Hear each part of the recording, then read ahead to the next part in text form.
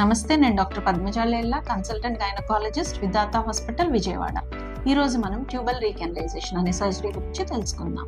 పిల్లలు పుట్టిన తర్వాత ఇంకా వద్దు అనుకునే వాళ్ళు పర్మనెంట్గా చేయించుకునే పద్ధతి family planning operation, tubectomy, tubal ligation లాంటి ఆపరేషన్స్ ఉన్నాయి.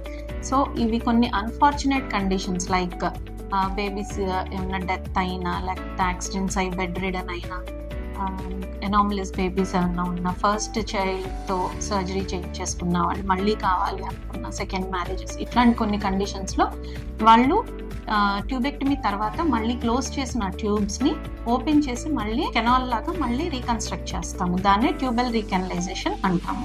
ఇది అందరికీ చేయడానికి అవ్వకపోవచ్చు. ప్రీవియస్ సర్జరీ ఏం చేశారు, కొన్ని ఫింబ్రియాక్టమీ అని గర్భసంచి నుంచి ఉన్న పార్ట్ కాకుండా చివరి ఉన్న పార్ట్ కనుక కట్ చేసినట్టయితే, లేకపోతే కాటరీతో చేసినట్టయితే కొంచెం మళ్ళీ రీకన్స్ట్రక్ట్ చేయడం కష్టంగా ఉంటుంది. సో అలాంటి వాళ్ళకి డైరెక్ట్గా మనం ఐవీఎఫ్ అనే పద్ధతిని ఎంచుకోవాల్సి ఉంటుంది. అండ్ ముందుగా కొన్ని పరీక్షలు చేయాల్సి ఉంటుంది. అది హెచ్ఎస్జి అనే పరీక్ష. అదేంటంటే మనం యూట్రస్ నుంచి ఉన్న ట్యూబ్ పార్ట్ అట్లీస్ట్ 4 సెంటీమీటర్స్ అన్నా ఉండాలి. సో అప్పుడు మనకి చేయడానికి సక్సెస్ రేట్స్ ఎక్కువగా ఉంటాయి. అండ్ ఆల్సో ఏ ఏజ్ అప్పుడు వాళ్ళు డెలివరీ అయి ఉంటారు, డెలివరీ ఎన్నాళ్ళ తర్వాత ట్యూబెక్టమీ చేయించుకున్నారు, ఇప్పుడు వాళ్ళ ఏజ్ ఎంత, ఇవన్నీ కూడా కన్సిడర్ చేయాల్సి ఉంటుంది. అండ్ ఆపరేషన్ చేసి 3 to 4 years అయితే మళ్ళీ కన్స్ట్రక్ట్ చేయడానికి సక్సెస్ రేట్ ఎక్కువగా ఉంటుంది. అట్లా కాకుండా మోర్ దాన్ 10 years అట్లా అయ్యి వీళ్ళకి ఆల్రెడీ 40 years ఏజ్ అట్లా ఉంటే వాళ్ళకి క్రోమోజోమల్ ఎనామలీస్ అట్లా ఎక్కువ వచ్చే ఛాన్సెస్ ఉంటాయి. ఎందుకు అంటే ఏజ్ పెరిగే కొద్దీ మనకి quality of and quantity of the sperm and also quality and quantity of the egg అన్నీ తగ్గిపోతాయి. కాబట్టి మనం మళ్ళీ డోనర్స్కి వెళ్ళాల్సి ఉంటుంది.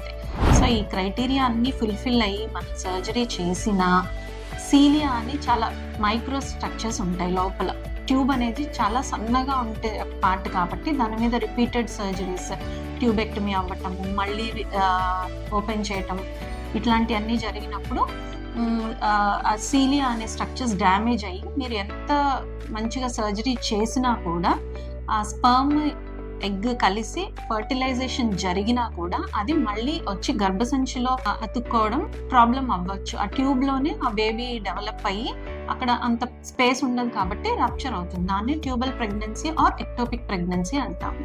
సో ఇట్లాంటి అన్ని దృష్టిలో పెట్టుకొని మనం సర్జరీకి ప్లాన్ చేయాల్సి ఉంటుంది. జనరల్గా ఒక ట్యూబ్ ఓపెన్ చేస్తారు. కన్సీవ్ అవ్వడానికి ఒక ట్యూబ్ అండ్ ఒక ఓవరీ సరిపోతుంది కాబట్టి ఒక ట్యూబ్ని రీకన్స్ట్రక్ట్ చేస్తారు.